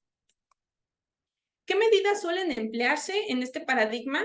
Bueno, la lógica es que hay dos pantallas o dos imágenes frente al bebé y se emite un estímulo auditivo que corresponde solamente con una de las dos imágenes. Entonces, por lo tanto, a una de las imágenes se le denomina blanco, es la imagen blanco porque es la que corresponde con el estímulo auditivo, y la otra imagen se le considera imagen o estímulo distractor. ¿Qué se puede medir con esto? Pues se puede medir, por supuesto, el tiempo de mirada de los bebés hacia ambos estímulos visuales, si es igual o si es diferente dependiendo de lo que el bebé está escuchando. Podemos evaluar también la proporción de mirada hacia el estímulo blanco, aunque coincide con el estímulo auditivo. La proporción sería como el porcentaje de atención del bebé hacia este estímulo. Podemos evaluar algo que se conoce como mirada más larga, que simplemente son las fijaciones, la fijación más larga, la que duró más tiempo hacia ambos estímulos. La latencia, que para nosotros es súper importante porque refleja la velocidad de procesamiento, es decir, una vez que yo le digo al bebé la palabra clave, la palabra que le debe de indicar hacia dónde mirar, qué tan rápido el bebé dirige su atención hacia ese estímulo, eso sería la latencia. Y también otra medida que nos permite evaluar este paradigma es la primera mirada. Hay estudios en donde los bebés se aburren un poquito y si nosotros evaluáramos proporción, notaríamos que de repente la proporción hacia el blanco decae, ¿no? Porque a lo mejor es aburrido el estudio. Pero con la primera mirada notamos que cuando el bebé escucha la palabra clave, voltea ese estímulo, aunque después se distraiga, ¿no? Entonces, eso nos permite la primera mirada. Esta es un ejemplo de la cabina que nosotros tenemos en el laboratorio. Entonces, como les decía, son dos imágenes las que se ponen enfrente del bebé. Nuevamente se sienta el bebé en las piernas de su mamá, de su papá o del cuidador con el que venga al laboratorio. Y esto siempre es importante porque nunca pasa el bebé solo, siempre están acompañados. Al lado de la pantalla en donde se emiten los estímulos visuales, hay bocinas para emitir los estímulos auditivos y en esta cabina hay 3 videocámaras que están dirigidas nuevamente hacia la cara del bebé para que nosotros, y en este caso sí grabamos, para que después podamos evaluar el tiempo de atención de los bebés hacia las imágenes. ¿Cuáles serían las ventajas de este paradigma? Pues sobre todo la principal, la más importante, es que no se requiere una respuesta verbal por parte del infante, y entonces podemos hacer estudios con bebés muy pequeñitos, bebés desde los 6 meses de edad, ya pueden participar en el PIAP. Otras tareas estandarizadas que evalúan el lenguaje, el gran problema es que piden que los bebés realicen algo, se les da alguna instrucción, se les pide que señalen, y muchas veces los bebés pues no participan tan fácilmente en este tipo de tareas. En cambio, la respuesta que se da en el PIAP es más automática. En realidad no se le da ninguna indicación al bebé, solamente se le presentan las imágenes, se le da una palabra clave y el bebé casi en automático dirige su atención hacia la imagen que considera que corresponde con este estímulo. No existe ninguna intervención por parte de los adultos, aunque el bebé pasa junto con su mamá. A la mamá se le dan instrucciones para que no interfiera en la conducta del bebé, no interactúe para nada con su bebé. Idealmente también se le ponen unos audífonos a la mamá para que no entienda el experimento y por lo tanto no pueda dar las respuestas al bebé. Y en muchas ocasiones incluso también se le puede pedir que cierre los ojos para que de plano ella no sepa nada de lo que su bebé está viendo. Otra ventaja también es que los estímulos visuales se pueden modificar para que sean súper atractivos para los niños. Les decía que un problema con el PAPA, con el paradigma que solamente es auditivo, es que ya no se puede utilizar con niños más grandes porque se aburren solamente de escuchar sonidos. En cambio, en el PIAP, los estímulos visuales pueden ser muy atractivos para los niños. Y por supuesto, dado que todo se controla con un programa de cómputo, pues hay un control muy estricto tanto en el tiempo de presentación de los estímulos y pues cuánto tiempo es entrenado el bebé, cuánto tiempo dura la fase de prueba, etcétera, ¿no? Entonces, se tiene muy controlado esa parte. Este es un ejemplo de uno de los videos que obtenemos en el PIAP. Estos videos, posterior a la visita del niño, son calificados por un colaborador de laboratorio que está entrenado. Y entonces el colaborador no sabe lo que el bebé está viendo ni lo que está escuchando, simplemente ve este video y con un programa de cómputo va marcando si el bebé está mirando hacia la derecha o hacia la izquierda. Si su única tarea es marcar si el bebé está mirando a la derecha, está mirando a la izquierda o hacia otro lado. Esto se hace con una plantilla y posteriormente cuando se procesan los datos se interpreta porque el programa sí sabe qué veía el bebé del lado derecho, qué veía el bebé del lado izquierdo, qué estaba escuchando y cuál se espera que sea el blanco, o sea, hacia qué lado se espera que el bebé voltee.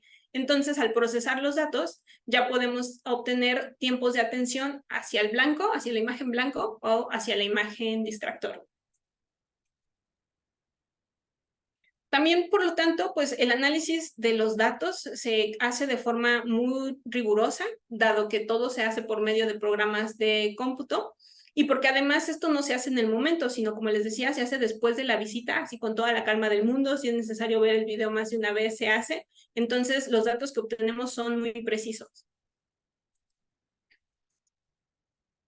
Algo que es súper importante en este tipo de estudios es que las secuencias que se utilizan, los experimentos que se utilizan, deben de ser contrabalanceados. Probablemente ustedes conocen porque según yo es famoso, el famoso efecto de Buba y de Kiki, en donde si yo les preguntara a ustedes cuál de estas palabras consideran que es Buba y cuál de estos objetos consideran que es Kiki, la gran mayoría de ustedes, de hecho se estima que alrededor del 90% de las personas a las que se les pregunta considera que esta imagen es Buba y que esta otra es Kiki.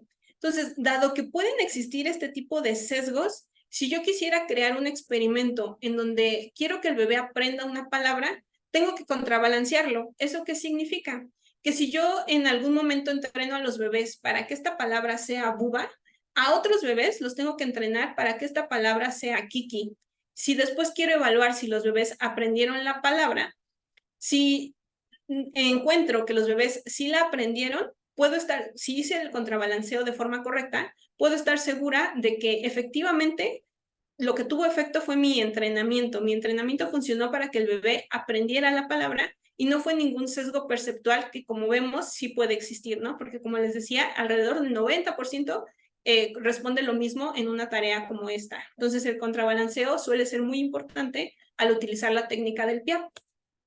De hecho, sobre este efecto, ha habido estudios en donde hacen edición de la forma de los estímulos para saber qué tanto un objeto tiene que ser lo suficientemente picudo para ser kiki y qué tanto tiene que ser lo suficientemente ondulado para ser buba, ¿no? Por ejemplo, solo como detalle curioso.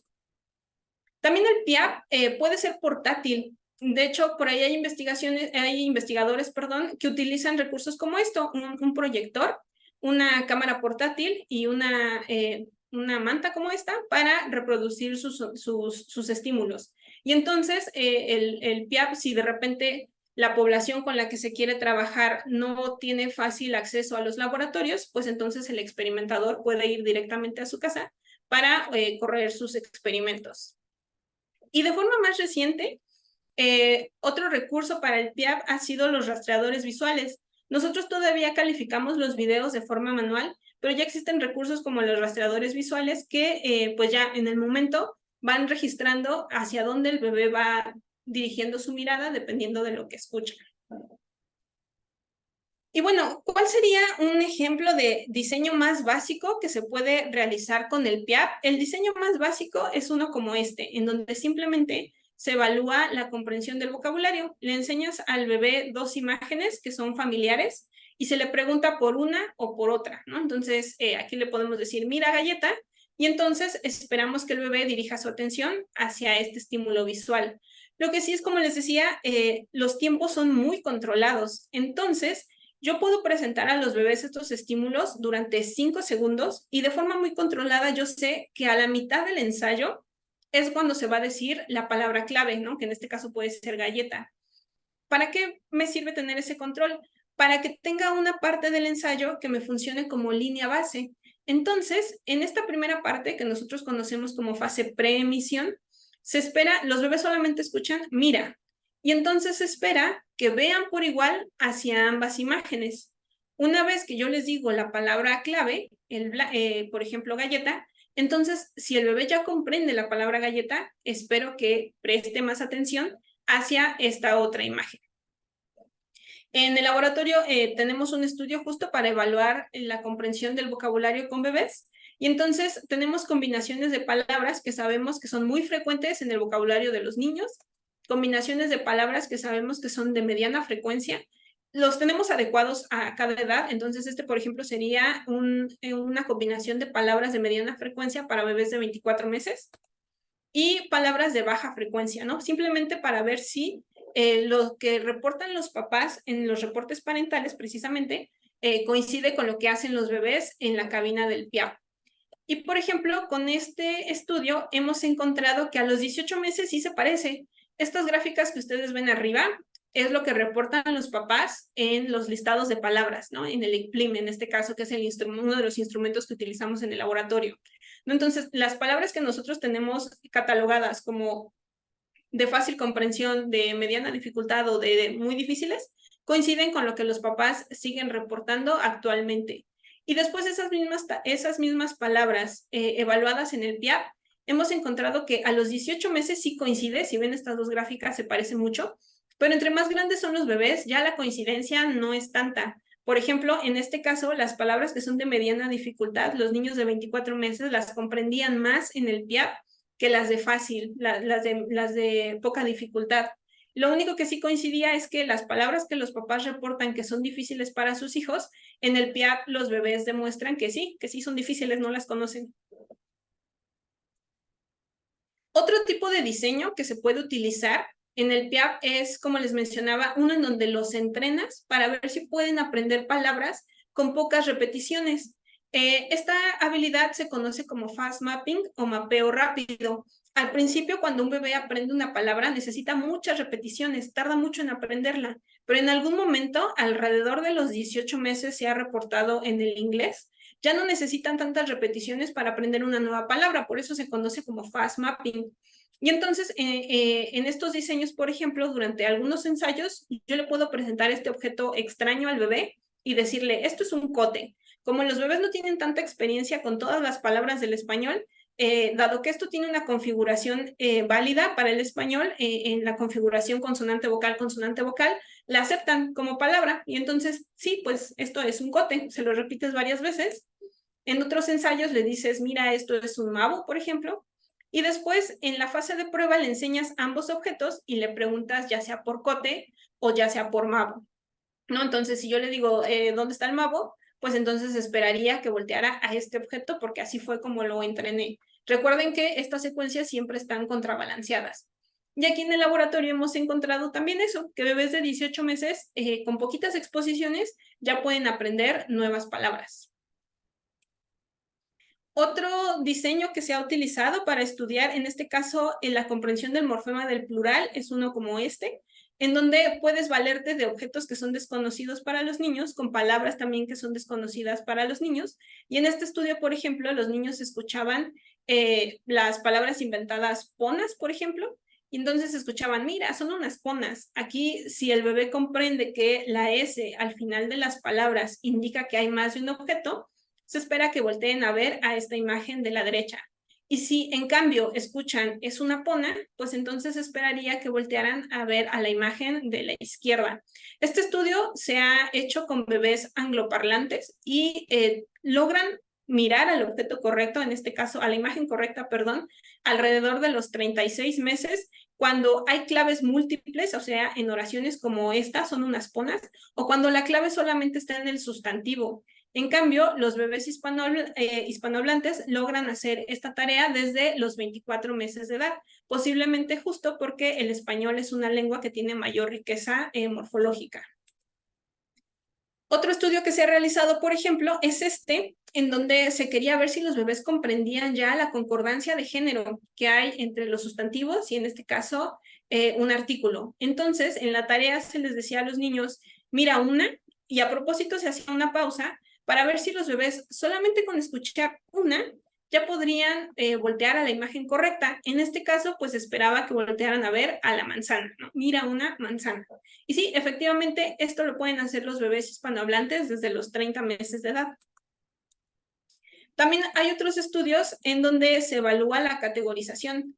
Al principio, cuando los bebés aprenden palabras, solamente asocian una palabra con un objeto. Es decir, si aprenden la palabra perro, perro es su perro, la mascota que está en su casa y nada más. Los demás lomitos felpudos que hay en la calle, quién sabe qué son. Perro nada más es el mío. En algún momento en el desarrollo, justo entienden que las palabras no se asocian a un único referente, ¿no? Sino a toda una categoría de elementos que tienen características en común.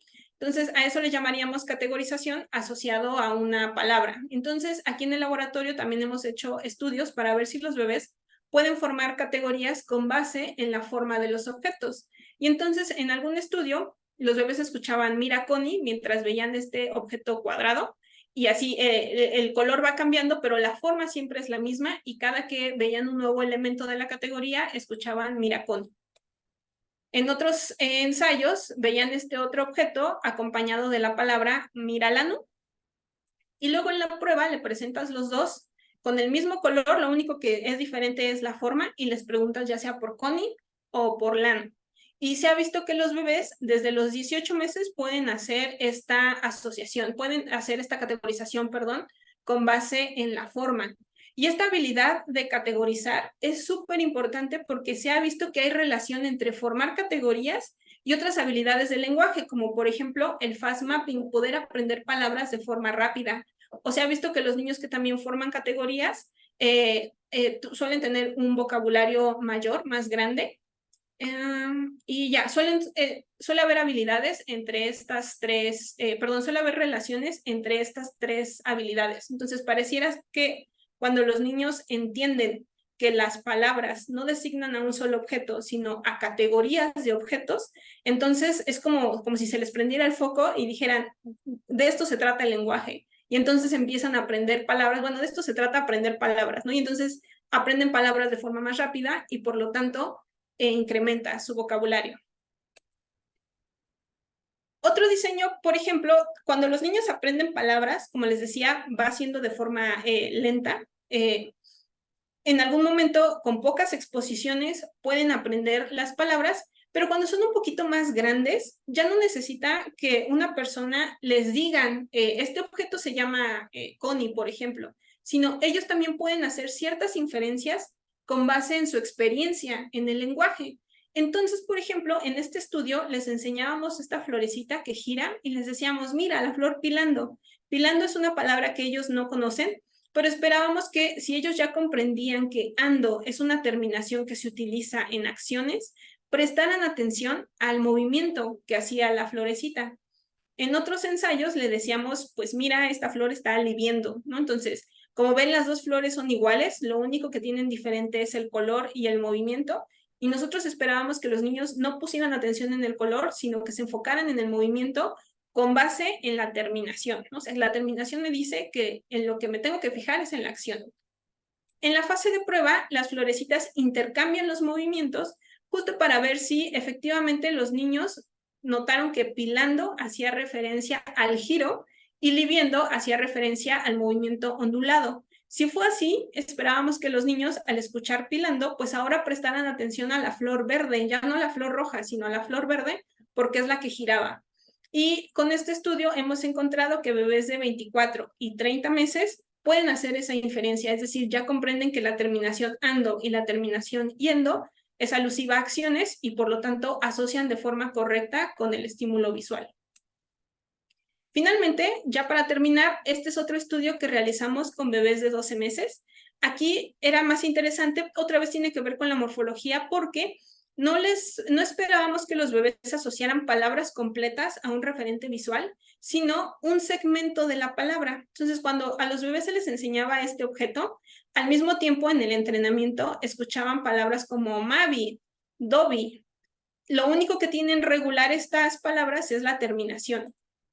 En otros ensayos se les mostraba este otro objeto y escuchaban palabras como Daza, Moza. Lo único regular nuevamente es la terminación. Entonces queríamos ver si los bebés notaban que la regularidad estaba entre el objeto y la sílaba final únicamente.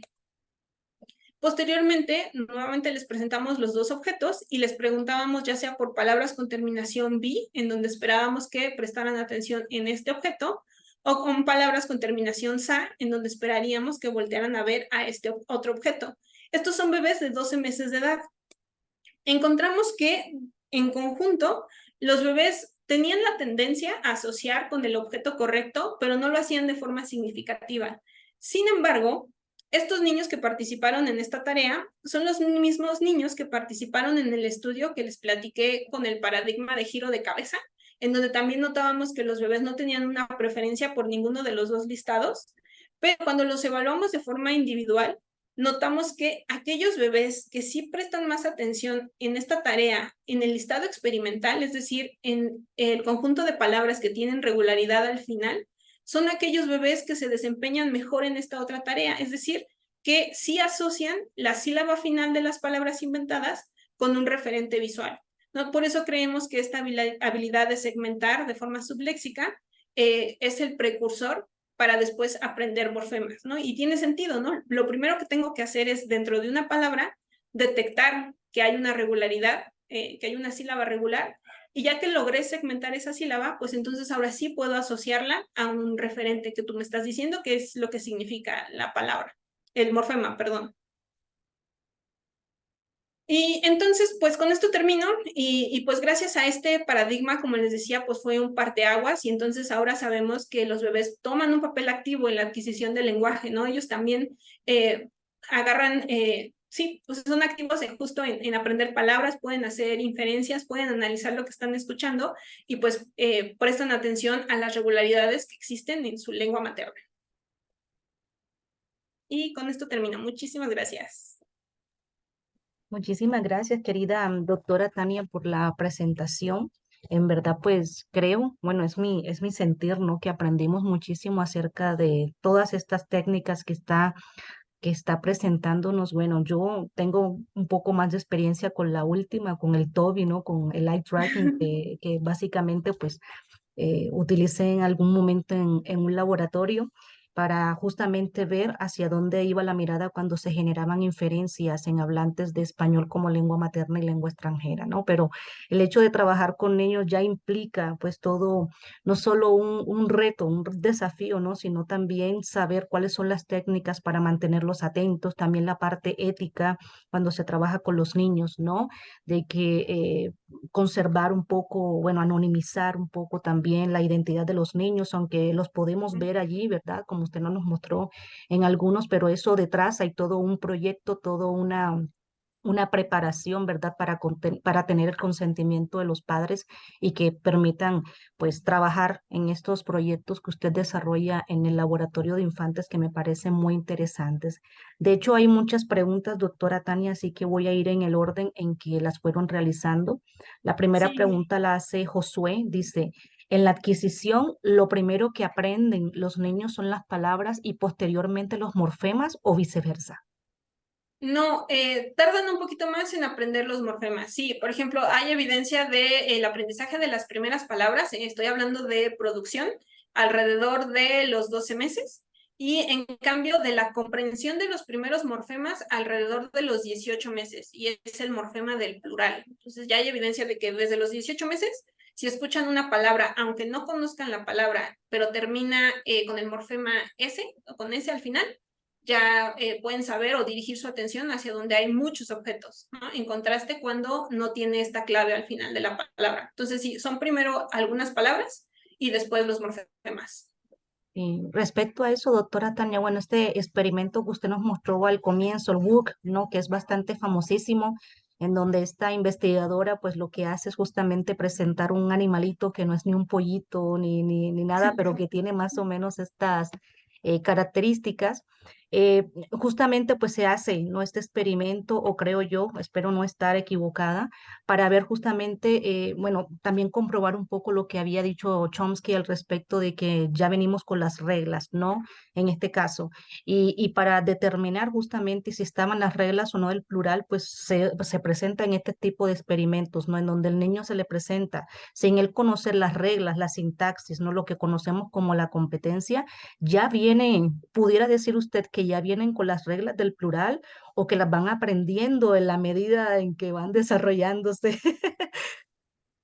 Sí, desde nuestra perspectiva no podemos decir que ya vienen. Obviamente hay elementos que ayudan en la adquisición del lenguaje, ¿no? O sea, en el cerebro, el cerebro parece ser que tiene una tendencia a esto, ¿no? A prestar atención a estímulos lingüísticos, a los sonidos, eso sí, pero tanto como decir que ya vienen con las reglas, no, no lo podemos saber. Y es que en realidad no hay evidencia, ¿no? O sea, es muy difícil determinar eso. Sin embargo, a lo mejor podemos ver, como les mostraba en el caso de los estudios del paradigma de succión, o sea, que los bebés ya discriminan, pero no podemos decir que simplemente ya lo traen, sino más bien desde 3 meses antes de nacer, pues ya pueden escuchar, ya están escuchando su lengua materna con base en lo que va pronunciando su mamá, y por supuesto su cerebro empieza a hacer conexiones con base en lo que está escuchando, ¿no? En la voz de su mamá. Entonces, a partir de ahí ya empieza a captar regularidades de su lengua materna, ¿no? Pero sería muy difícil decir que así solitos ya traen las reglas, no, más bien las van adquiriendo poco a poquito. O sea que rechazamos contundentemente el paradigma innatista. Y de Bueno, hecho, más que reglas, nosotros solemos hablar de regularidades, ¿no? El aprendizaje estadístico, este que les mencionaba, que los bebés saben estadística y que empezó el boom a partir de los estudios de segmentación léxica, pues más bien se basa en eso, en que somos muy buenos captando regularidades en el contexto. Y los bebés, pues aquí se claro. demuestra que también. Sí, muchísimas gracias, doctora Tania. Yasmín Villagrán pregunta, ¿cómo establecen los parámetros para la succión del chupón? Lo que quiero saber es cómo determinaron que continuar con la misma presión es positivo, pero interrumpirlo, cambiarla es negativo. Más bien, como les decía, hay una línea base. Entonces, antes de que haya estímulos auditivos, se ve el ritmo de succión de los bebés. Se ha visto que cuando hay algún estímulo novedoso suele incrementar el reflejo de succión, empieza a aumentar la velocidad. Entonces ya tienes una línea base de cómo es la frecuencia de succión del bebé. Y entonces después ves cómo cambia dependiendo de los estímulos auditivos que le presentas. Entonces, como este chupón está conectado a una computadora, la computadora es la que detecta tanto la frecuencia, la velocidad con la que el bebé está succionando, como la presión, qué tan fuerte lo está apretando. Ajá, y eso se compara, ¿no? Qué tan rápido lo hace, si el estímulo lo conoce o si no lo conoce, y entonces con análisis estadísticos se compara para ver si hay diferencias significativas. Pero en realidad todo se hace con la computadora y es súper importante la línea base. Muy bien. Denise García Cano pregunta, cuando hay trastorno o alguna dificultad para que los niños se comuniquen, ¿puede ser posible que se tome en cuenta entonces la lengua de señas? He escuchado que está de moda enseñarles señas a los niños cuando todavía no pueden hablar, con el fin de darse a entender sobre sus necesidades más básicas, sobre lo que requieren, ya sea comida, agua o cosas sencillas. Sí, sí es válido hacerlo, es viable y de hecho, como les mencionaba en el caso del CDI del doctor Miguel Galeote, que es español, no solamente se ha visto que se les enseñan señas, sino que ellos de forma espontánea las utilizan. Este instrumento, como les decía, tiene la columna en donde a los papás se les pregunta si su hijo la palabra la comprende. Si ya la puede decir, aunque se sabe que tienen problemas en la producción, se les dificulta la producción de las palabras, pero entonces también tiene la otra columna en donde utiliza alguna seña para expresar esta palabra y se considera como válido. Obviamente, no, a diferencia de la lengua de señas, no es una seña ya establecida, sino cada niño puede utilizar una seña diferente, pero sus papás, en el contexto que conviven con él, que lo conocen, simplemente basta con que digan sí, sí utiliza una seña para hacer referencia a este objeto, por ejemplo. Entonces, ellos lo hacen de forma espontánea, pero sí también se ha visto que son fáciles de aprender algunas señas. Y es que los niños desde chiquititos utilizan gestos, utilizan señas para referirse a ciertos objetos, ¿no? Aunque un niño no tenga problemas en la producción, alrededor de los 9, 11, 12 meses, de forma espontánea, por ejemplo, si quiere decir me voy a peinar, puede fingir que está agarrando un cepillo y cepillarse el cabello, ¿no? Entonces, sí, los bebés lo hacen y bebés que tienen dificultades en la producción, pues lo que hacen es utilizar este recurso y extender este tipo de gestos o de señas para darse a entender. Sí, de hecho, bueno, pudiéramos agregar, ¿no? Que digamos que el primer tipo de comunicación que se tuvo fue justamente a través de los deípticos, ¿no? Que es básicamente lo que utilizan los niños, ¿no? Si hablamos de criaturas sin lenguaje, por decirlo de esta manera, ahí entrarían, digamos, los bebés también, pues lo que van a crear en este caso, pues un sistema de comunicación para poder llevar a cabo ciertas funciones, que nosotros podemos atribuirles ciertas cosas, ¿no? Porque los niños no tienen todavía la capacidad lingüística, por lo menos, pero sí, en este caso podemos atribuirles que cuando señalan están diciendo quiero esto, ¿no? Entonces, creo que, bueno, al respecto, Halliday también habla mucho sobre este tipo de trabajos que hizo con su hijo, Miguel, ¿no? Para determinar las funciones lingüísticas. Sí. También por aquí Luz Carhuacín Huerta pregunta, ¿existe algún manual o algo parecido para poder elaborar una adaptación de MacArthur Bates en lenguas amerindias? Desconozco si existe como tal un manual. Del CDI sí existe un manual. De la versión en español de México existe el manual del CDI y ahí más o menos explican cómo elaboraron el instrumento, pero tal cual algún manual para hacer las adaptaciones, no lo sé. Pero sí, básicamente lo que hacen es valerse un poco de estos corpus de habla espontánea, ver cuáles son las palabras que son más regulares en el vocabulario de los niños. Y después, ya que tienen estas palabras que se espera que niños de determinada edad conozcan, pues posteriormente probarlas. Siempre es importante que al realizar un instrumento una vez elaborado, pues se compare con otras formas, ¿no? Entonces se compara nuevamente con bases de habla espontánea o, por ejemplo, en el caso del CDI, también se comparó con estudios de Piaget, es decir, ya en Piaget se veía así las palabras, parecido a lo que nosotros hicimos, las palabras que los papás, perdón, marcaban como que su bebé sí conocía, en la cabina a ver si efectivamente el bebé la está conociendo, ¿no? Y entonces eso le da validez al instrumento que estás creando. Sí. La misma Luz pregunta, bueno, tiene dos preguntas más. Dice, ¿qué criterios se puede tomar se pueden tomar para catalogar una palabra como fácil o difícil? En el caso del estudio que nosotros realizamos, lo hicimos con base en los reportes parentales. Entonces, lo que medimos fue la frecuencia que marcaban los papás en las palabras, ¿no? Entonces, por ejemplo, la palabra perro tenía una alta frecuencia porque la gran mayoría de papás que llenaron estos instrumentos la marcaban como que sus bebés la comprendían o la decían, ¿no? Entonces, ya juntando todos los registros de reportes parentales que teníamos, aquellas palabras cuyos papás marcaban muchísimo, pues son palabras de alta frecuencia y entonces nosotros las catalogamos como palabras fáciles para los niños. O aquellas palabras que los papás casi no marcaban, pues entonces para nosotros eran de difícil comprensión para los niños de esas edades en particular. Fue con base en los reportes parentales.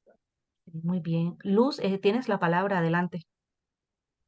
Hola, Buenas tardes. Mi consulta era básicamente porque yo estoy haciendo también mi tesis doctoral en adquisición fonológica en el quechua ancaquino.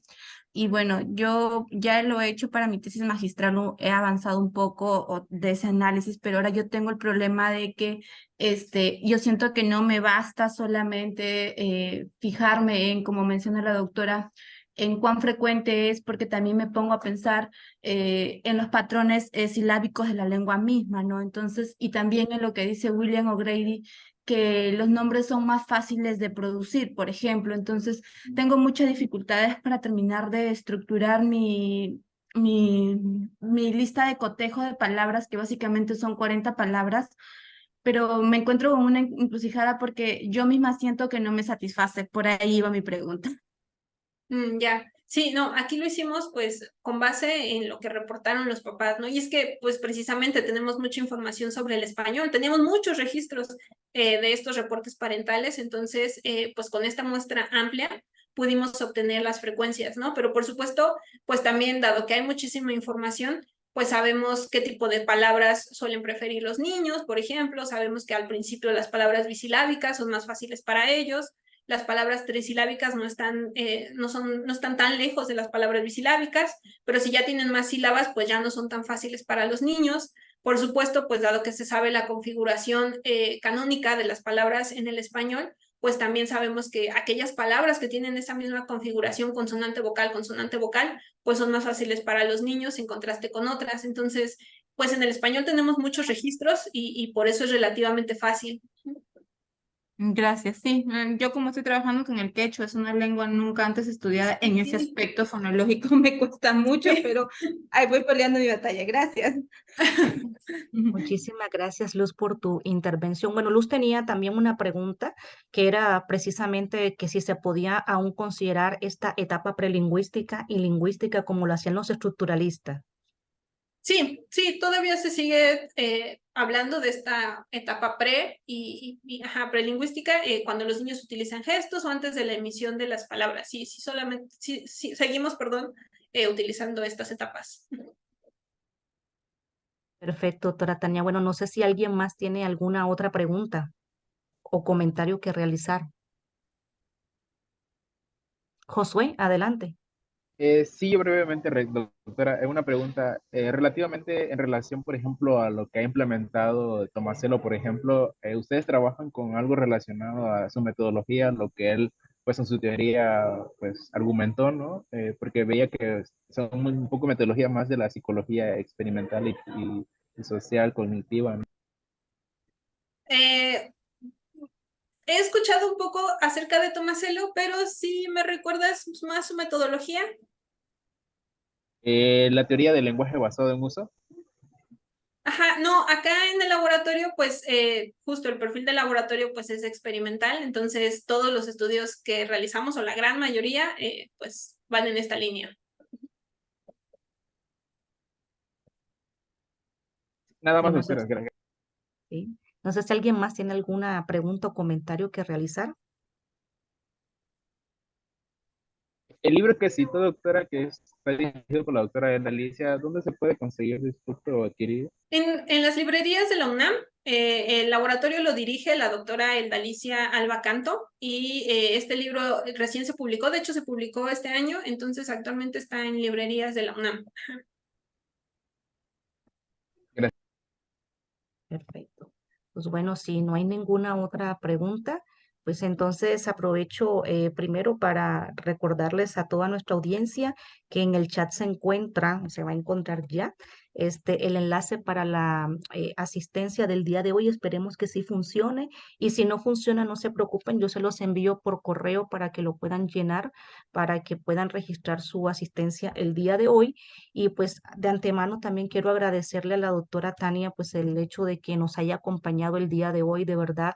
Maravilloso todo el trabajo que se está realizando en el laboratorio de infantes y esperamos que posiblemente pues en algún momento también muchos de los estudiantes de la Facultad de Filosofía y Letras, que sé que algunos colaboran con usted también, por ejemplo, que ya me han comentado, pues puedan también incorporarse y usted también pueda tener ahí mano para que podamos recabar más información, usted pueda recabar más información para trabajar con ese corpus tan bonito, ¿verdad? Y que tan difícil de recabar. Entonces, en nombre, bueno, de la Facultad de Filosofía y Letras del Colegio de Lengua y Literaturas Hispánicas, le agradecemos nuevamente haber aceptado esta invitación y a toda nuestra audiencia también, pues muchísimas gracias por acompañarnos el día de hoy.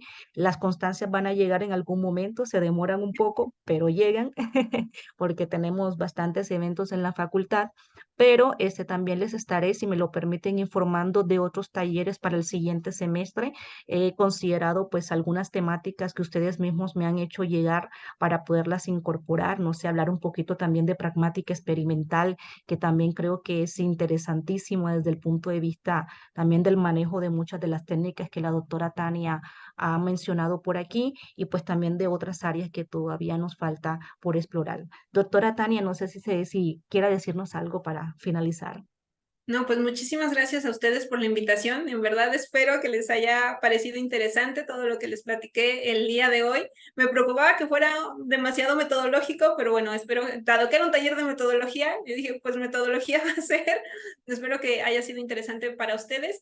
Y sí, las puertas del laboratorio están abiertas. Si les llama la atención la adquisición, si les llama la atención estos métodos que utilizamos, pues por supuesto pueden venir acá, pueden venir como voluntarios a realizar su servicio social. A nosotros nos sirve muchísimo la participación, pues justo de los lingüistas, ¿no? Nosotros sabemos sobre los procesos cognitivos y sobre la metodología, pero pues ustedes son los expertos en la lengua, en cómo se conforma la lengua y por supuesto que necesitamos de su conocimiento para poder nosotros también avanzar en nuestros diseños. Entonces, pues son bienvenidos.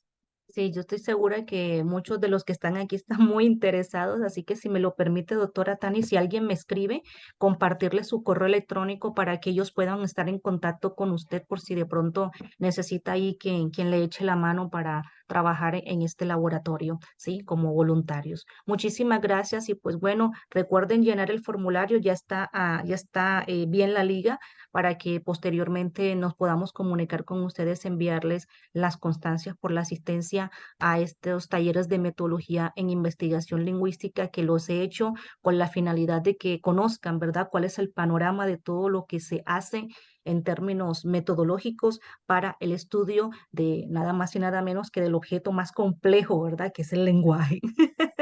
Creo, sí. Entonces, pues muchísimas gracias, doctora Tania, y muchísimas gracias a todos ustedes por acompañarnos. Un abrazo y feliz fin de semana para todos. Muchas gracias.